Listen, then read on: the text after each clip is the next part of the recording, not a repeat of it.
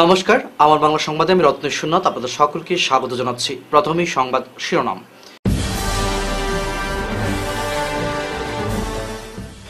পানীয় জলের দাবিতে সরব সোনাপুরবাসী, ভোট বয়কটের হুমকি।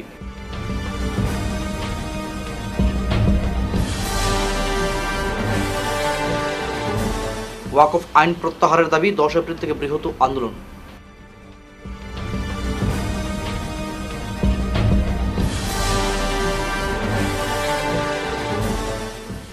ভাগা শেরখান সড়কে মোটরসাইকেল দুর্ঘটনা, গুরুতর আহত যুবক।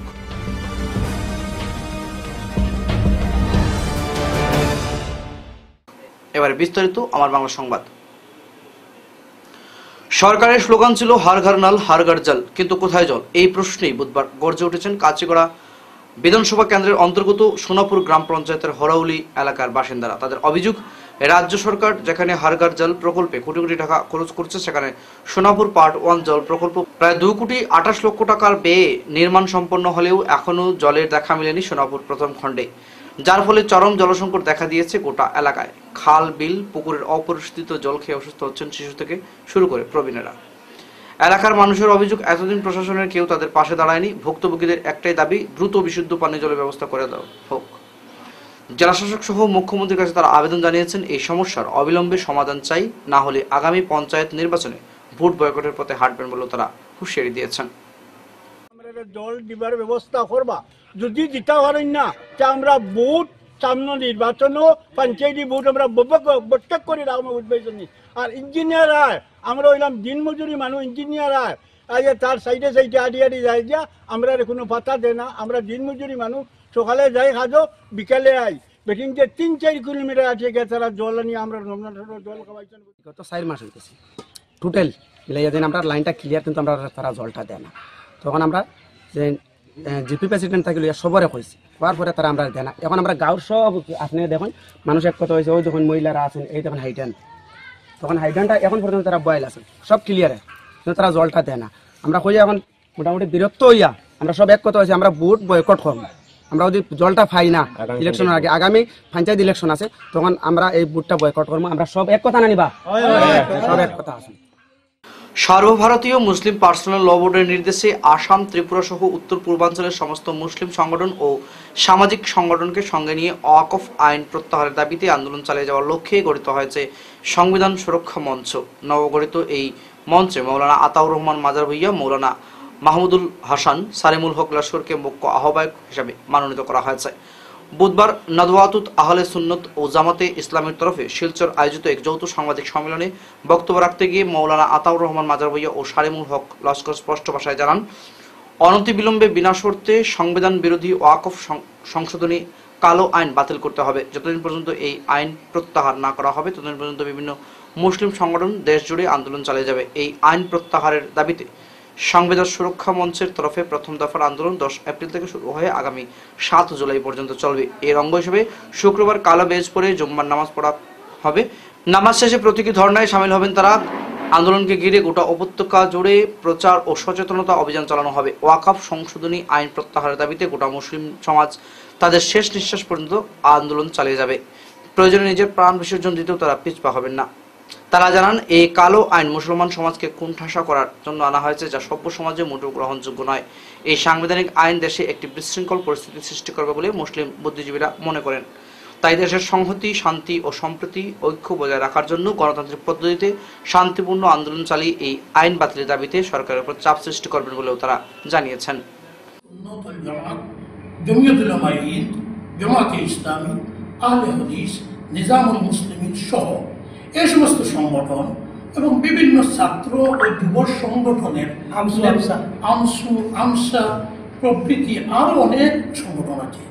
আমরা সমস্ত নেতৃবর্গ বদরপুরে গত 6 এপ্রিল একটি আলোচনা সভায় মিলিত হয়ে এই আন্দোলনটা যাতে শান্তিপূর্ণভাবে চলে, গণতান্ত্রিক পদ্ধতিতে চলে, কোনো দুষ্কৃতি যাতে আন্দোলনকারীদের সঙ্গে মিশে আন্দোলনকে বিপদগামী করতে না পারে, তার জন্য আমরা একটি সংবিধান ও ওয়াকফ সুরক্ষা মঞ্চ নাম দিয়ে একটি অর্গানাইজেশন গঠন করেছি এবং সেই গঠনে অর্গানাইজেশনকে সুষ্ঠুভাবে পরিচালনার জন্য মৌলানা সারিমুল্লাহ লস্কর সাহেব, আমি আতাউর রহমান এবং মৌলানা মাহমুদুল্লাহ হাসান, তিনজনকে আহ্বায়ক মনোনীত করে দেওয়া হয়েছে।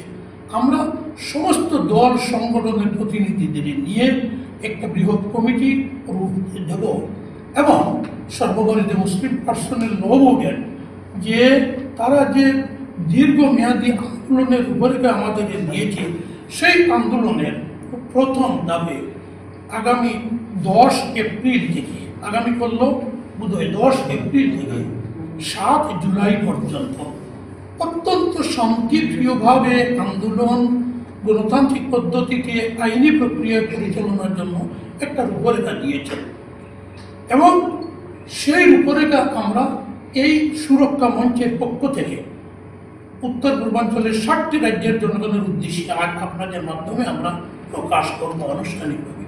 তৎসঙ্গে আমরা বিনম্রভাবে অনুরোধ করব যে অন্য কোনো ব্যক্তিগত সংগঠন বা কোনো ব্যক্তি যেন উত্তর পূর্বাঞ্চলে ব্যক্তিগতভাবে বিক্ষিপ্তভাবে আর কোনো আন্দোলন কর্মসূচি গ্রহণ না করেন, যেটা অতীত ইতিহাস সাক্ষী বিক্ষিপ্তভাবে করতে গেলে শান্তির ক্ষেত্রে বাধা সৃষ্টি হয়।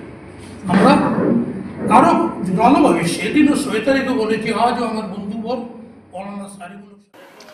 মঙ্গলবার রাতে ভাগা শেরখান সড়কের রাজনগর এলাকায় সংঘটিত হয়েছে ভয়ঙ্কর দুর্ঘটনা। রাত 11টা নাগাদ রাজনগর ভাগনি এলাকার সড়কের পাশে গুরুতর অবস্থায় এক মোটরসাইকেল চালককে দেখতে পান স্থানীয় মানুষ। পড়েই রয়েছে তার মোটরসাইকেল। ঘটনা প্রত্যক্ষ করে এগিয়ে আসেন স্থানীয়রা। তখনও দুর্ঘটনার আহতের যুবকের জ্ঞান ছিল না বলে জানিয়েছেন অনেকেই। আহত মোটরসাইকেল চালক নিজের বাড়ি পশ্চিম রাজনগরে বলে জানিয়েছে। অনেকেই স্পষ্ট করেছেন অস্পষ্টভাবে নাম ঠিকানা জানিয়ে একটি অটোরিকশার সঙ্গে তার সংঘর্ষ হয়েছে বলে সে জ্ঞান হারিয়ে ফেলে। স্থানীয়রা তাৎক্ষণিকভাবে তাকে উদ্ধার করে একটি ব্যক্তিগত বাহনে করে ধলাই প্রাথমিক স্বাস্থ্য কেন্দ্রে পাঠান। গুরুতর আহত হয় সেখান থেকে। আহত যুবককে শিলচর মেডিকেল কলেজ হাসপাতালে পাঠানো হয়েছে। খবর লেখা পর্যন্ত আহত যুবকের প্রকৃত নাম ও ঠিকানা জানা সম্ভব হয়নি। খবর পেয়ে পুলিশ ঘটনাস্থলে উপস্থিত হয়ে মোটরসাইকেলটি উদ্ধার করে হেফাজতে নিয়েছে।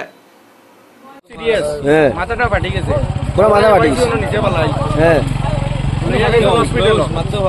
মারতে পারেন না, দোলাই সবজি বলি না সমঝি তো না, মাথা তো পুরা মানে গামছা দিয়ে বান্ধিয়ে লইয়া গেছে। ওলা অবস্থা, পুরা বেহুশ, পুরা বেহুশ, পুরা বেউল।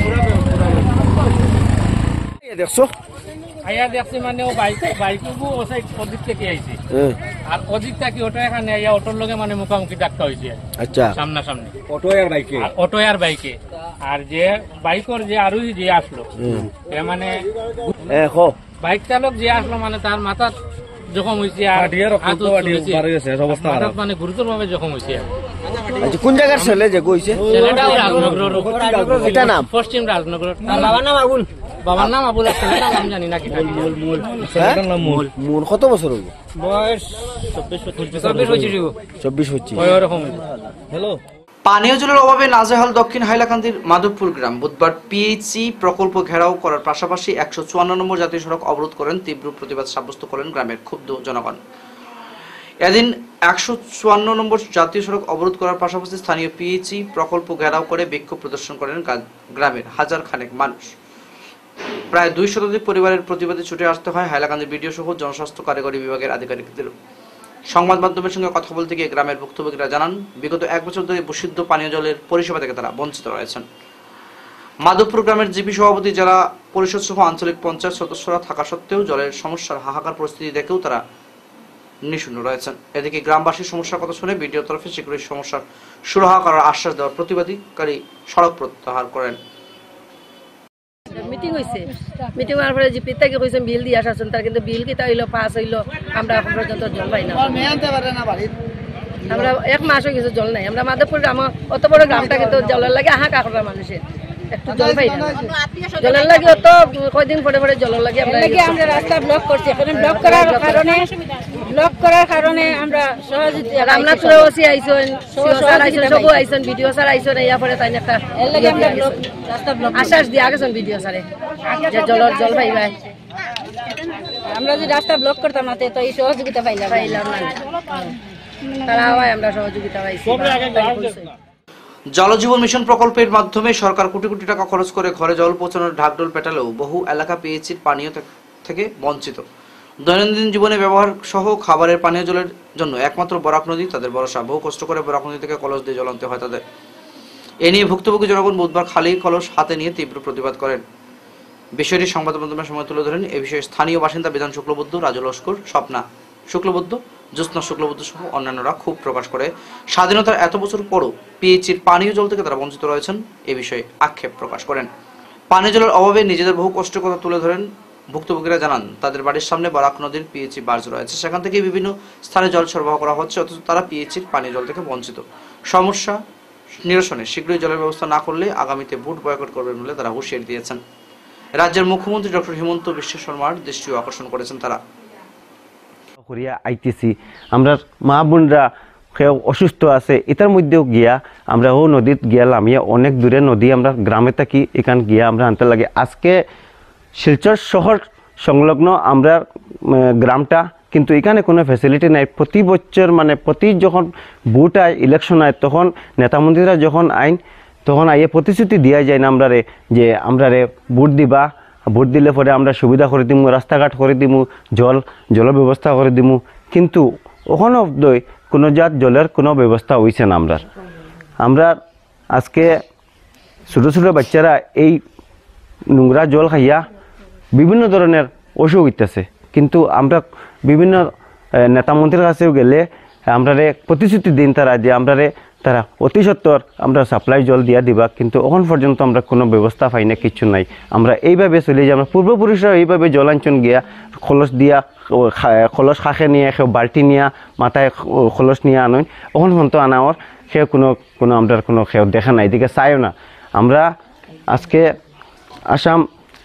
আসামের মাননীয় মুখ্যমন্ত্রী হিমন্ত বিশ্ব শর্মার কাছে বিনম্র অনুরোধ জানাইলাম, আর সঙ্গে আমরা কাছাড়ের জেলা ডিসি স্যারের কাছে আমরা আবেদন জানাইলাম যে আমরা অতি সত্বর আমরা বিশুদ্ধ পানি জলের ব্যবস্থা করে দেওয়া হোক।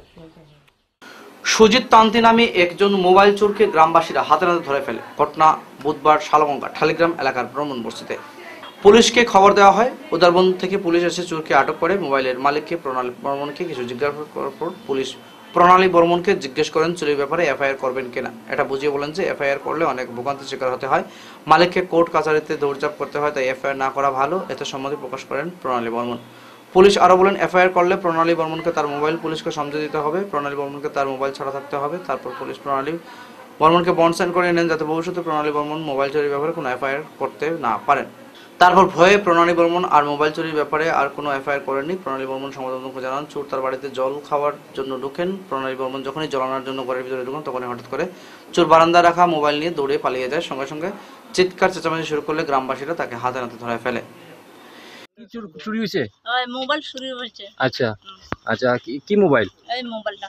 কোন সময়, কয়টার সময়? দিনের বেলা 3টার সময়। 3টার সময়? আচ্ছা, তো কিরকম মানে চুরি হয়েছে, ঘটনাটা কি হয়েছে? প্রথম আইসে আমরা ঘরে জল খাইতে লাগে, তো আমরা আমার স্বামী কইছে তুমি এখানে তাহলে চিনে নি আপনি? না, আমার জল খাইবার লেগে আইছে। আচ্ছা, তো জল বার করবা লাগে ঘরে ঢুকে, সেই সময় মোবাইলটা নিয়ে গেছে, মোবাইলটা বাইরে রয়েছে। হ্যাঁ, তো মোবাইলটা লইয়া দৌড় মারছে। আপনার নামটা কি? প্রণালী বর্মন। আচ্ছা, আপনার স্বামীর নামটা? সজল বর্মন। বাসাটা কোন জায়গায়? হ্যাঁ, শিবরবন। আচ্ছা, সুজিত কিতা বাসা কোন জায়গা? ইটাচড়া। কিতা করছিল? তারপরে আমি মদ খাইছিলাম। হ্যাঁ, মোবাইল কার চুরি করছে? হ্যাঁ, মোবাইল কেন চুরি করছে? হ্যাঁ, নিশার চুটে লইয়া গেছে গিয়া চুরি করছে না, নেশার চোটে লইয়া গেছে গিয়া চুরি করছে না। আচ্ছা, এরকম নেশার চোটে কতদিন করছো? আমি আজকে হ্যাঁ, কি কাজ করো? হ্যাঁ, কোন জায়গা? হ্যাঁ, অমরানগর কোয়ারি কাজ করো। আচ্ছা, কবে থেকে? এদিকে চাও, ক্যামেরার সামনে চাও। কবে থেকে? 3-4 মাস হচ্ছে। পাতিছড়া নি বাসা? ইটাচড়া। আচ্ছা, বাবার নাম কি? হ্যাঁ, সুশীল তাঁতি। আর তোমার নাম? সুচিত্রাতেই। আচ্ছা, শিবের গাজন উৎসবের অন্যতম অঙ্গ চড়ক পূজা। প্রতি বছর চৈত্র সংক্রান্তির দিন এই পূজা হয়। মূলত পশ্চিমবঙ্গ, ত্রিপুরা, আসাম ও বাংলাদেশের হিন্দুদের মধ্যে এই গুরুত্বপূর্ণ এই লোক উৎসব আয়োজনকে কেন্দ্র করে রীতিমতো অনেক জায়গায় বড় বড় মেলা বসে। কথিত আছে শিবের উপাসক বান রাজা দ্বারকাধীশ কৃষ্ণের সঙ্গে যুদ্ধে ক্ষতবিক্ষত হয়ে মহাদেবের সামনে নৃত্যগীতের মাধ্যমে মহাদেবকে তুষ্ট করেন। আর এই চড়ক পূজাকে কেন্দ্র করে শহরের শিলচর সহ গ্রাম কাছাড়েও উৎসাহ রীতিমতো তুঙ্গে। শিব, গৌরী, কালী সহ বিভিন্ন দেবদেবী সেজে নৃত্যের মাধ্যমে মানুষকে মনোরঞ্জন করে চাঁদা তুলছেন তারা। রাত গভীর পর্যন্ত শহরের বিভিন্ন জায়গায় দেখা যাচ্ছে এইসব চড়ক পূজার দলকে। এই পূজাতে আমরা বিশেষ আয়োজন রয়েছে, চলবে, চলিয়ে যাবে। আর আমাদের পূজা হয়েছে, এটার নাম হলো সার্বজনীয় দাসকলোনি চড়ক পূজা কমিটি। এটা দাসকলোনি পূজা, কিন্তু এটার মধ্যে সবই সহযোগিতা করতে পারবে। কেউ এমন কোনো এটা দাসকলোনি পূজা যে দাসকলোনি ছাড়া অন্য কেউ আসতে পারবে না, যে কোনো মানুষ আসতে পারবে এটার মধ্যে। আর কবে থেকে এই প্রস্তুতিতে আমরা প্রস্তুতি নেমেছি হলো 9 এপ্রিল থেকে।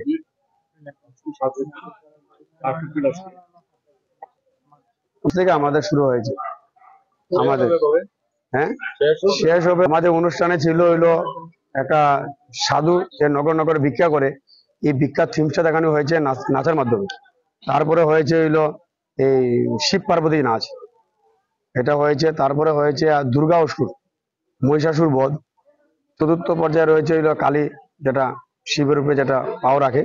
ওইটা পূজার দিন আমরা কি কি বিশেষ আকর্ষণ সেখানে দেখতে পাই? চড়ক পূজাতে দেখতে পারবেন আমাদের যেমন জল সজ্জা, ভূমি সজ্জা, অগ্নিবাণ, দুরাল, সূর্যবাণ, গঙ্গাবাণ, 4 জন বস্যি গাছে ঝুলানো যেটা হয়। এরপরে বিভিন্ন ধরনের নাচ থাকবে আমাদের ফিল্ডে। আর আরেকটা হবে হইলো ফিল্ড থেকে শ্মশান হয়ে আবার চলে আসবে কালী, এটা কালী চালান বলা হয়। জিও পেট্রোল ভরো SUV জিতু স্কিমের হুন্ডাই গাড়ি পেলেন ইকবাল হোসেন বরবিয়া। জিও বিপি আন্তর্জাতিক মানের পেট্রোল ও ডিজেল সরবরাহ করা আছে রামনগরের মেসার্স বরাক ফিলিং স্টেশনে। জিও বিপি আন্তর্জাতিক মানের পেট্রোল ও ডিজেল গ্রাহকদের সরবরাহ করা হচ্ছে। জিও বিপিতে গ্রাহকদের সঠিক কোয়ালিটি ও কোয়ান্টিটির উপর গুরুত্ব দেওয়া হয়। বুধবার জিও পেট্রোল ভরো SUV জিতু স্কিমের পুরস্কার প্রদান অনুষ্ঠানে একথা জানান বিশিষ্ট অতিথি মোহাম্মদ শেখ। এদিন বিজয়ী গ্রাহক ইকবাল হোসেন বরবিয়ার হাতে আনুষ্ঠানিকভাবে হুন্ডাই গাড়ি তুলে দেওয়া হলো। 2024 সালের সেপ্টেম্বর থেকে 2025 সালের জানুয়ারি পর্যন্ত জিও পেট্রোল ভরো SUV জিতু স্কিমের সময়কাল ছিল। এদিন অনুষ্ঠানে উপস্থিত ছিলেন জিও বিপির নর্থ ইস্ট ইন্ডিয়ার কর্মকর্তা মোহাম্মদ শেখ, স্টেট ইনচার্জ রাজা দাস, ডিলার আশিস পাল ও লোহিত বার্মা প্রমুখ বক্তব্য রাখেন। অনুষ্ঠানে কুইজ প্রতিযোগিতা ও লটারি কুপন দেওয়া হয়। जो 1985 साल में फर्स्ट टाइम एयर इंडिया की एक फ्लाइट सिलचर आई थी, जिसमें सारे जो क्रू मेंबर्स थे फ्लाइट के, वो सारे लेडी क्रू मेंबर्स थे। टोटल फ्लाइट जो है वो controlled by the lady crew and the lady pilot. तो सिलचर का इम्पोर्टेंस बहुत है आसाम के हिस्ट्री में, आसाम के इकोनॉमी में। और इसी सिलचर शहर से जीओबीपी ने जो पूरे इंडिया में जो हमारे डिफरेंट स्टेट्स हैं, वहाँ पे हर एक स्टेट में एक कार विनर लकी ड्रॉ के माध्यम से हम लोगों ने अनाउंस किया था सितंबर से जनवरी 2 तारीख तक। तो नॉर्थ ईस्ट, आसाम और ये जो 4-5 राज्यों को मिलाकर एक विजेता वो सिलचर के हमारे इस पंप के ग्राहक वो हुए हैं। तो इस बात को लेकर एक जोरदार ताली होनी चाहिए कि सिलचर जीओबीपी पंप का जो ग्राहक है, उनको पेट्रोल के जो ग्राहक हैं, उनको एक SUV कार, क्योंकि बहुत लोग सोच रहे थे कि SUV क्या है, SUV कार के विजेता इस पंप के ग्राहक हुए हैं। तो हमारे लिए और हमारे डीलर के लिए बहुत बड़ी बात। साथ में मैं बताना चाहूंगा कि ये जीओबीपी जो आप लोग नाम सुनते हैं, जीओबीपी है क्या? जियो आप लोग सभी जानते हैं? कौन कौन जियो जानते हैं, हाथ उठाइए। মহিলা সশক্তিকরণ প্রচার ও শিলচর সংবর্ধনা ননি রাইডারকে। সমগ্র ভারতব্যাপী মহিলা সশক্তিকরণের প্রচারে থাকা ননি রাইডার শিলচর পৌঁছে উষ্ণ সংবর্ধনা জোয়ারে ভাসলেন। মঙ্গলবার সন্ধ্যায় শিলচর সোনার রোড বাইক সেন্টারের উদ্যোগে সমগ্র শিলচরের রাইডার্স সহ মোবাইল কন্টেনাররা একত্রিতভাবে সমগ্র ভারতে মহিলা সশক্তিকরণের প্রচারে বাইকে ভ্রমণ করা ননী রাইডার ও তার সঙ্গে মোহিত কুমারকে আনন্দমুখর পরিবেশে উত্তরীয় ও হাতে স্মারক তুলে দিয়ে সম্মান জানানো হয়।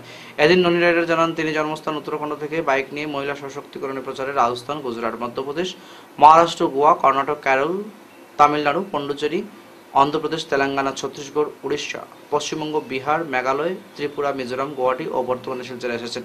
তিনি বিগত 7 মাস ধরে জীবনের ঝুঁকি নিয়ে বাইক চালিয়ে মানুষের ভিতরে মহিলা সশক্তিকরণের প্রধান উদ্দেশ্য কি তা বুঝিয়ে দিচ্ছেন। নারীদের সিদ্ধান্ত গ্রহণের ক্ষমতা প্রদান, তাদের সামাজিক ও অর্থনৈতিক অবস্থান উন্নত করা এবং তাদের সমাজে মূল্যবোধ বিকাশে সহায়তা করা তার এই রাইডিং এর মুখ্য উদ্দেশ্য। ये तो सब सुन रहे हैं, बट एक्चुअल में रीजन क्या है? ये है इस तरीके से सशक्त कर रही हूँ, ठीक है? सिर्फ राइड नहीं चल रही है, मस्ती मजाक नहीं चल रहा है। इस पूरी मुहिम के साथ पूरे भारत को भी दिखा रही हूँ एज अ क्रिएटर। लोगों का अटेंशन लेने के लिए कुछ तो करना पड़ेगा।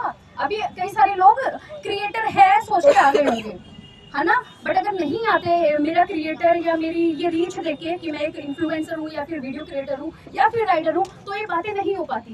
तो मेन मकसद मेरा यही है। और आज क्योंकि गर्ल्स गैदरिंग नहीं है, तो आप लोगों से मैं बोलना चाहूंगी कि महिला सशक्तिकरण में सिर्फ औरतों को सशक्त करने की जरूरत नहीं है, आप भी इस पूरी मुहिम का हिस्सा बन सकते हैं। अब कैसे? जवाब है किसी के पास आइडियाज है कैसे आप बन सकते हो? जैसे मैं तो अपना एफर्ट कर रही हूँ अवेयरनेस फैला के, उनको उनके अधिकारों के बारे में बता के लड़कियों को। आप लोग कैसे हिस्सा बन सकते हो? किसी को आइडिया है? थोड़ा सा भी कोई आइडिया है मुझे शेयर करें, बताइए। अगर आप में से कोई लड़की होती तो मैं उसे बताती आप ऐसे ऐसे बच सकते हैं, आपके पास ये अधिकार है। बट आप लड़के लोग हैं भी सारे, कैसे आप लोग इस पूरी मुहिम में मेरा साथ दे सकते हैं? या मेरा साथ नहीं, महिला सशक्तिकरण शब्द का कैसे साथ दे सकते हैं? किसी के पास कोई आइडिया? সপ্তম অল অসম ভবিনাম চ্যাম্পিয়নশিপ 2025 পদক জয়ীদের সংবর্ধনা জানালো কাছাড় জেলা অ্যাসোসিয়েশন। বুধবার শিলচরের রাঙ্গাগাড়িতে অনুষ্ঠিত সংবর্ধনা সভায় উপস্থিত ছিলেন বিশিষ্ট ব্যক্তিবর্গ। অনুষ্ঠানে উপস্থিত ছিলেন অল অসম কলারে পয়েন্ট 2 অ্যাসোসিয়েশনের চিফ ইন্সট্রাক্টর ও সাধারণ সম্পাদক সহ বরাক উপত্যকা ইনচার্জ রামজয় দাস এবং কাছাড় জেলা কলারে পয়েন্ট 2 অ্যাসোসিয়েশনের সভাপতি সুদীপ পাল সহ আরও অন্যান্যরা। রামজয় দাস বলেন, আমি কাছাড় ডিস্ট্রিক্ট কালার প্রেজেন্ট জেনারেল সেক্রেটারি অ্যান্ড ববিনাম কাছাড় ডিস্ট্রিক্ট ববিনাম অ্যাসোসিয়েশন জেনারেল সেক্রেটারি আর হচ্ছে বরাকবেলি ইনচার্জ। তো আজকে আমরা বরাকবেলি জেলার গর্বের কথা আমরা স্টেট লেভেল চ্যাম্পিয়নশিপ হয়েছিল কোকরাঝারে 4-5 হয়েছিল কালার বাইতো। তো কালার বাইতো থেকে আমাদের এখানে মেডেল আছে 15 মেডেল, 6টা গোল্ড, 6টা সিলভার আর 3টা ব্রোঞ্জ। আর ওদিকে হচ্ছে আমাদের ববিনাম থেকে আমাদের এবার আসছে 13টা মেডেল আসছে না, 13টা মেডেল আসছে। আর এখানে আমরা আজকে সেকেন্ড রানার আপ হয়েছি। আজকে আমরা মানে স্টুডেন্টটা ভালো করেছে, মোটামুটি ধরেন 22টা ডিস্ট্রিক্ট 25টা ডিস্ট্রিক্ট এসেছিলো, তার জন্য আমাদের সেকেন্ড রানার আপ হয়েছে। আর ইয়েতে 15টা মেডেল আছে খেলার বাইরে। যে এখন থেকে এখানে সিলেকশন হয়েছে, যারা এখন স্টেট লেভেল হবে মে মাসে লাস্টে ন্যাশনাল চ্যাম্পিয়নশিপ হবে, যারা এখান থেকে মেডেল পেয়েছে ওরা খেলতে যাবে ন্যাশনালে, খেলার জন্য দিল্লিতে হবে। আমরা খুব ভালো লাগছে, ওরা ভালো পারফরমেন্স করেছে। তো এবার ফার্স্ট টাইম আমরা ববিনামের সেকেন্ড রানার হয়েছি, তার জন্য প্যারেন্টসকে বলবো আমাদের প্যারেন্টসে অনেক সাপোর্ট করেছে, তাদের প্যারেন্টসকে অনেক ধন্যবাদ। আর আমি সবাইকে বলবো যে মার্শাল আর্টটা আপনারা শিখেন, এটা ফিজিক্যাল ফিটনেস সেলফ ডিফেন্সে খুবই ভালো। আর ওইটাই বলবো, আর স্পোর্টস খেলা তো খুবই জরুরি। শেষ করার আগে খবরের বিশেষ বিশেষ অংশগুলো আরও একবার পড়ছি।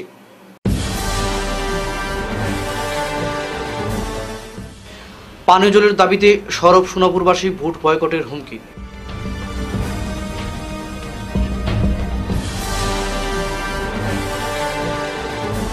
ওয়াকফ আইন প্রত্যাহারের দাবি, 10 এপ্রিল থেকে বৃহৎ আন্দোলন।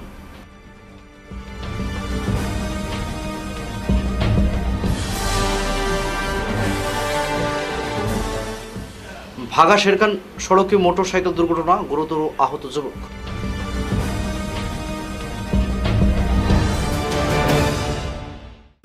এখনকার মতো আমার বাংলা সংবাদ এ পর্যন্তই। ধন্যবাদ।